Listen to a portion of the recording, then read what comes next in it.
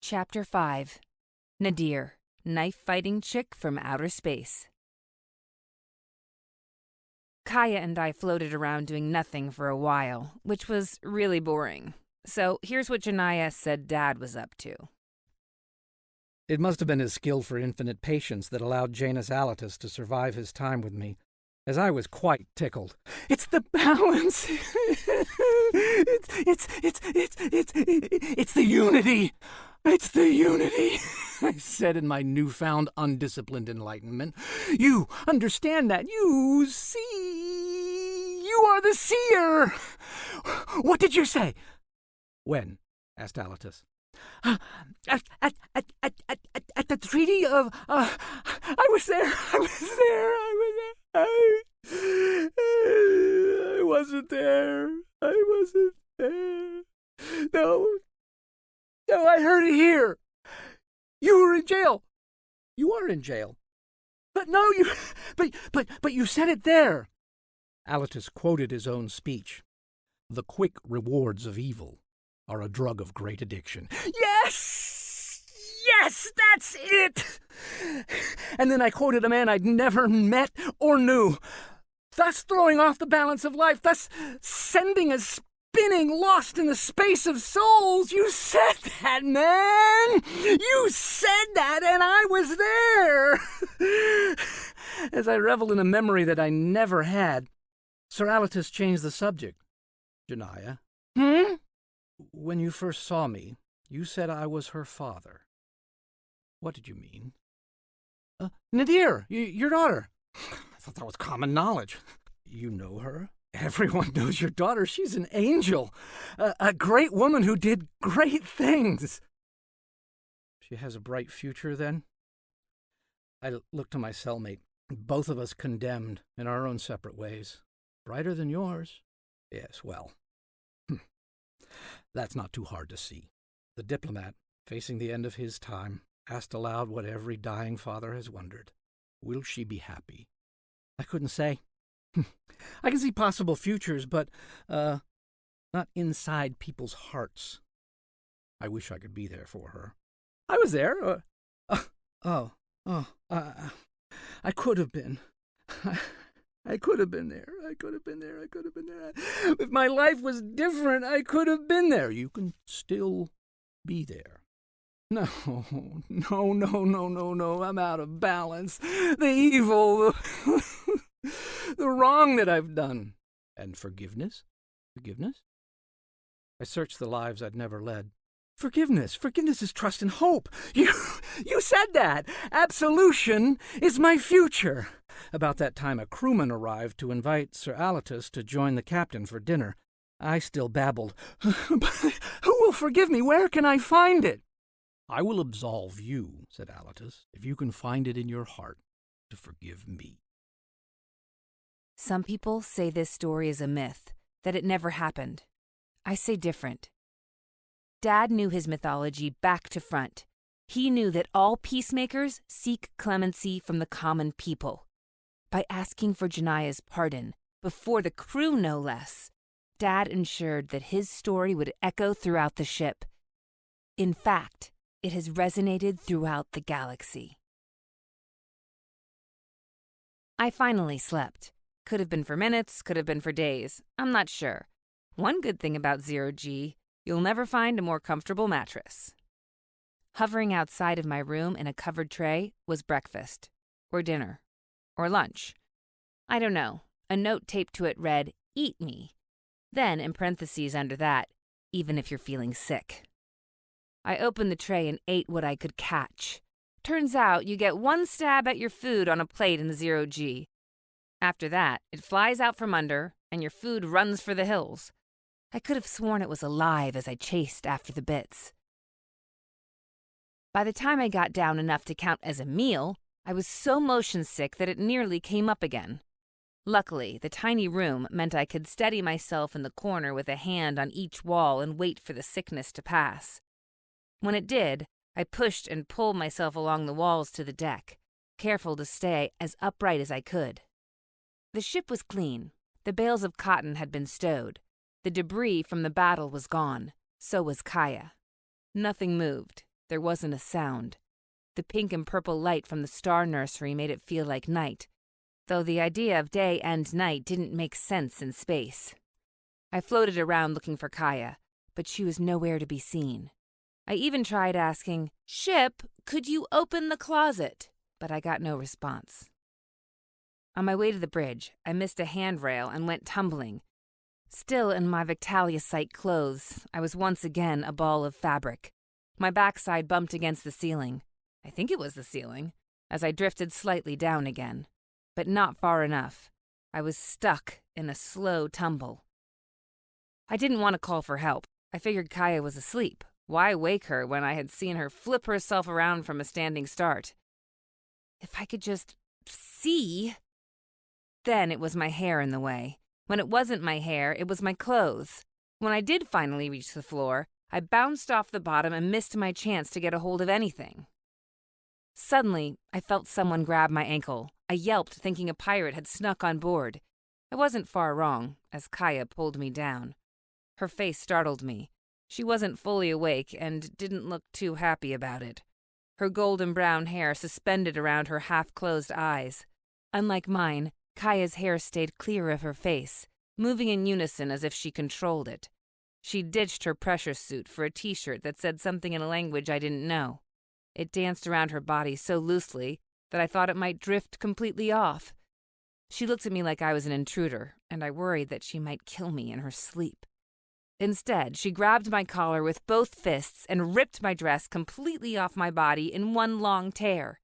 This left me in just my Victalia Site underwear, which is to say a skin-tight black bodysuit. Kiya tossed the dress, spun me around, tied my hair in a ponytail, picked me up like a javelin, and threw me toward the steps. "Get some sleep." I was halfway to my closet when I noticed I needed to hit the head. That's use the toilet for those who haven't sailed in space. But I had no idea where it was. As quietly as I could, I looked into the rooms on the same hall as mine. Each one was full of different types of exotic stuff. All of it was stowed securely, so I couldn't exactly make out what any of it was. But most appeared to be samples of goods from planets all over the galaxy. Only one of the rooms was empty. I came out of the last one to be startled by Kiya yet again. She was hovering at the other end of the hall, watching me. "Restroom?" I asked. Kiya pointed to the empty one. I pulled myself down there and looked in again, thinking I'd missed something. Nope, nothing there except for a tube with a diameter about as big as my wrist, and long enough to reach from corner to corner. It had a scoop kind of opening on the end of it.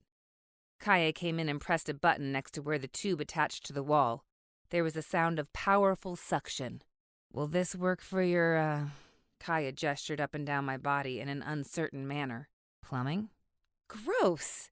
But before I could come up with a polite answer, Kiya said, "If not, just fill the air and vacuum it up." "Really gross." As Kiya glided her way back to bed, I heard her mumble to herself, "Okay, Derek, you've made your point."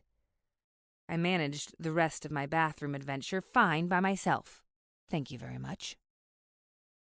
The next day, if you could call it that, I showed Kiya the clothes I brought with me. We were looking for something in the weightless casual vein. In truth, we were just looking for something to do. The 0G fashion show was as good as anything else. Kiya didn't say anything as I showed her piece after piece. She would humph every now and then or get a look on her face like, "You're kidding, right?" "Hey, I'm not real happy with these clothes either, but this is the kind of stuff they wear in Victalis." Kiya said, "Follow me," and she flew down the hall. I had gotten so upset I drifted off the floor a little. It took me a second to get out of my room. Kiya had already disappeared, so I headed off to her last known course, which led me to beautiful wooden double doors, where a little portal to the crew area looked like a troll's front gate. This one belonged in a palace. Behind those double doors might live a princess or a wise old king. I pushed through the doors to find Kiya hanging in the middle of another world. She was looking out of a paned glass window that took up the full stern of the ship, from deck to keel, port to starboard. The floor of each level ended an arm's length from the giant window. There was a rail along the edge, but in 0G it was possible to fly from one story to the next through the gap. Outside, the star nursery swirled. washing us in waves of soft color. Her room was designed for rugged luxury. I felt like I'd been transported to a royal hunting lodge somewhere. She'd filled it up with stuff from all over the galaxy. Some of it was tough and deadly looking. Weapons, I think. Some was rich and extravagant. Some was downright girly. The collection left me more confused about who I was living with than ever before. Her four-poster bed was big, warm, and furry, made of rich wood that still looked like the tree from which it came. She'd left it tossed with unmade sheets and a big animal skin blanket, all of which danced just above the mattress. It had a primitive feel about it. In contrast, over the pillars draped a shimmering fabric that absorbed the light from the star nursery and gave it back as soft pastels, like it was welcoming me to Kiya's world. She was staring out at the clouds. She hadn't acknowledged my entrance into the room, but spoke to herself in a way that invited my eavesdropping. "I do love it here." It was the first thing she said that didn't scare me. Then she snapped out of her reverie. "Come here." Easier said than done. I was still getting used to the fact that swimming did absolutely no good in the weightless world. As I struggled, Kiya gave me a lesson. From what can you get energy? To what can you give it? Huh? Words were not going to get me across the room either. You can get energy from pushing off a wall, pulling on a rail, or if you're really good, you can whip your body around to sling you in the right direction. While I twisted, groped, and wiggled, she talked about reading energy, vectors, and relative masses. I got top marks in grade school physics as a student, but out here in space, Kiya made me feel like I was hearing it for the first time. When I finally made it over to her, she said, "Try this," and whipped around backwards in a layout position like a diver. When she was upside down, she stopped spinning, grabbed the edge of the floor below, and pulled herself to the lower level.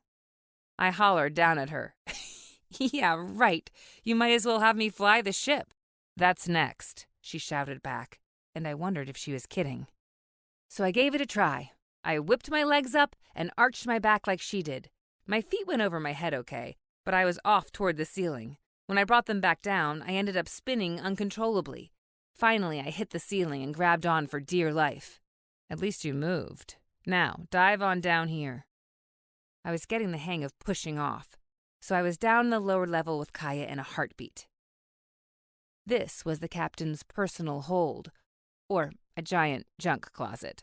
Take your pick. There was one of just about everything you can imagine in here. Shelves and shelves of stuff, each one closed off with a net to keep its contents from flying away.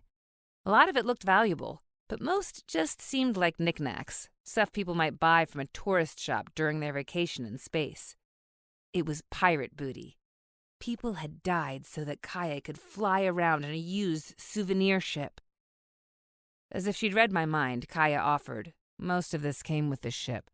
"Most of it?" "Almost all of it." "Almost?" "Yeah, almost, okay?"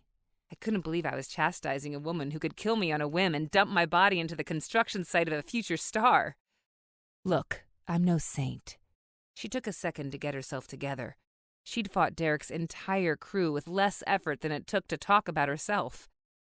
"I've had a rough go of it. When I first got out on my own." She paused for longer than was socially comfortable. I didn't help her. I didn't notice the actual change, but her hair was now a mousy brown and seemed to lay flat on her head and down her back.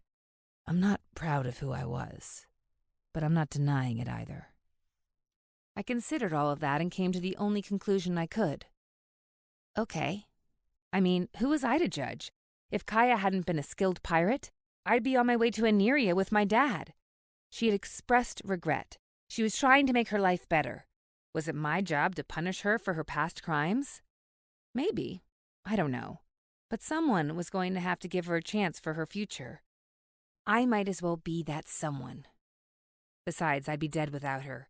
I'd be dead without the help of a woman I knew next to nothing about. "How old were you when you got out on your own?" I wasn't just making idle conversation. I was on my own now, at least until we got to Kasiri. I might need some advice. "A little older than you, I guess." "Really? What happened? Was your dad a peace-crazed diplomat with a fatal disease, too?" "No. He kicked me out." She glided up to the highest shelf to put out a box of clothes. I'm sorry. I didn't mean. It's okay. I got the feeling it wasn't. It was a long time ago. Derek found me drifting in an escape pod.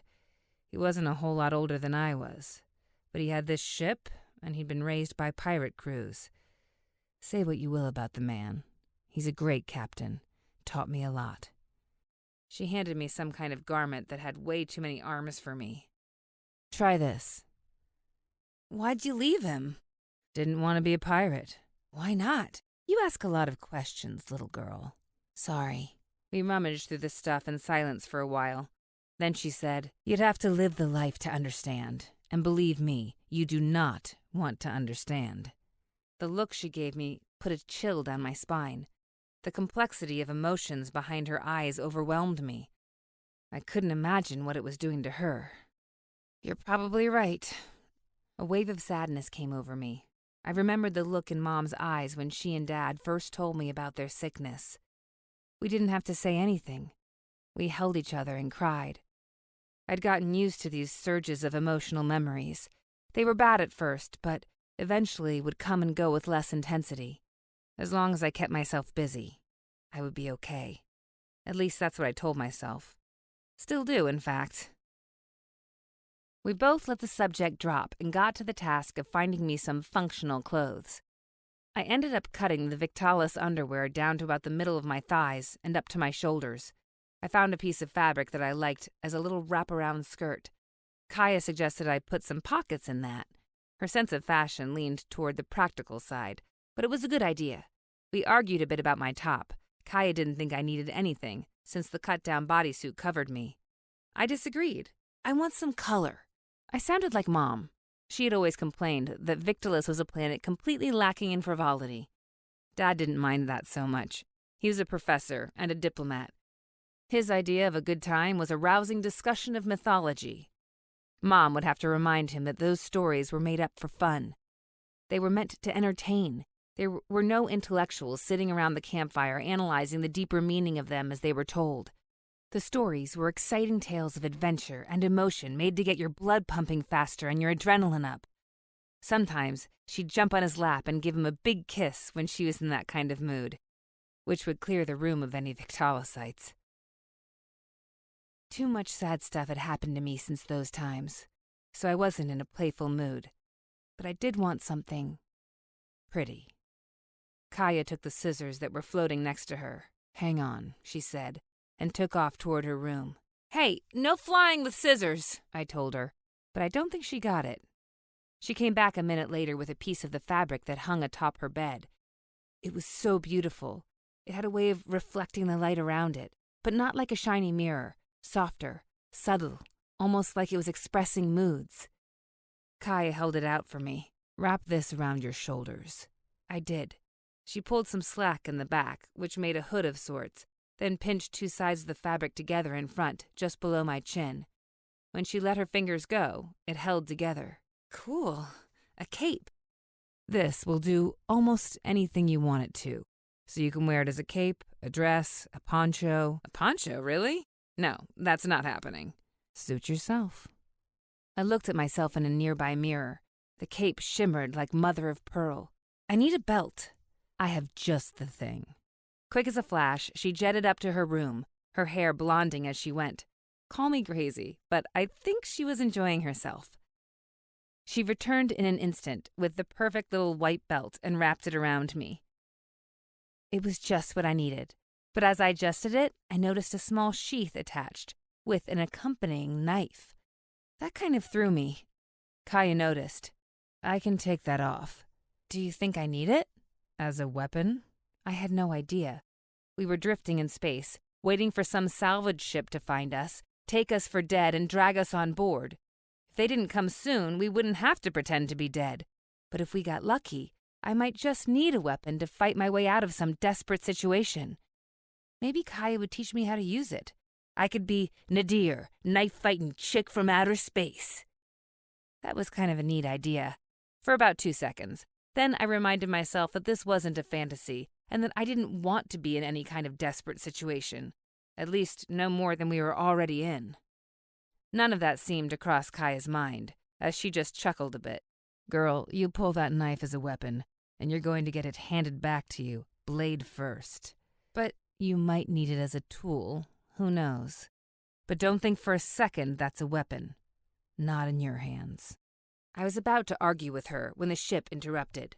Contact, bearing 29 by 79, range 2.5 orbits. I nearly jumped out of my skin from the intrusion, but Kiya took it in stride, except that her hair went from blonde to her regular shade of brown. Heading this way? Negative. Range is opening. She went into action. She pulled herself up toward the gap between the rooms and the window. Grab my feet. I just managed to get hold of her ankles as she flew over my head. Kiya snapped out orders. Ship, vent O2 at 2 liters per minute. Venting oxygen at 2 liters per minute. I was scared out of my mind riding the Kiya 0G roller coaster. She was pulling us both through her bedroom toward the floor above. Call out range to target every 5 seconds. Me?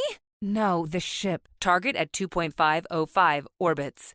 Kiya had us flying into what appeared to be her office, but I didn't have time to take in the sights. On my mark, fire Y-axis negative thrusters. 2 microbursts, 1 second apart. Standing by. What are you doing? Playing wounded duck. Thrusters, fire. I don't like this game. The ceiling came down on us. Kiya didn't miss a beat. One little push of her hand and we were diving for the door. Target at 2.507 orbits. The problem with playing dead, she pulled us through the doorway at a crazy speed. Who's playing? Is that you're almost invisible. We were on the deck at last. Kiya grabbed the door sill under the bridge and swung herself up. When her feet whipped around like the end of a rope, I couldn't hang on any longer. I went tumbling toward the bow of the ship. Target at 2.509 orbits. You have to put out just enough energy to be seen, but not so much that you arouse suspicion. Kiya must have been talking to herself because I was well on my way to the far side of the ship. Then, like a kid whose only swimming lesson was to be tossed into deep water, I landed safely on my feet, without a bounce or a broken leg. Very cool. There, she had gotten a telescope from her command chair and was looking 29 degrees starboard and 79 degrees up. Where? What? I forgot we were looking for a ship. The star that's moving. They're all moving. Everything was moving. I was so dizzy. Nice landing. Thanks. I didn't think she'd noticed. It's a junker, all right. Derek must have sent them. Target at 2.511 orbits. I knew he didn't have the guts to let me die in peace. After all that excitement, we didn't do anything what seemed like forever, but was really... Target at 2.513 orbits. Just 5 seconds. It's not working. They're leaving. Kiya flew off the command deck and down toward her smuggler's closet. She jammed her pistol into its charger on the wall and said, "That ought to do it." The little light went on. We waited for a couple of seconds. Target at 2.513 orbits. They stopped. Kiya looked through her telescope, but it wasn't entirely necessary. I saw the flash of their thump myself. Target at 2.0 orbits and closing. Here they come. She whipped her pistol out of the charger, pushed off the wall, and before I knew it, she had me in a tackle. We were diving toward the far wall, when Kiya flip-turned, landed on her feet, then shoved off toward the main mast. Give me your cape. What? Just do it! I took off my new cloak and gave it to Kiya as we landed on the mast. Kiya pulled us to the deck. Hug the mast. I had no idea what was happening, but it wasn't the time to ask questions. I hugged the mast as tight as I could. Kiya wrapped the glowing fabric over her back and sandwiched my body between her and the pole. You scared? Yes. Good. Don't move. Don't make a sound. My cape took on a life of its own. It began to grow, stretching from the deck to the top of Kiya's head and out to the tips of her fingers. When it didn't cover her pistol, Kiya brought her arm under the cover. The fabric was also changing colors to match the mast. Camouflage? Shh. Yes. Though the cloth was over my head and my face was smashed between the mast and Kiya's chest, I could see through the garment as if it were a veil, enough to catch a glimpse of the alien ship. It was twice as big as ours and glowing as it got closer, which it did at lightning speed. As it approached, it unfurled a capture bay. We were being swallowed. Gravity took a hold of us, and I got a whole new kind of motion sickness. Kiya adjusted her grip on her pistol. We're in the belly of the beast.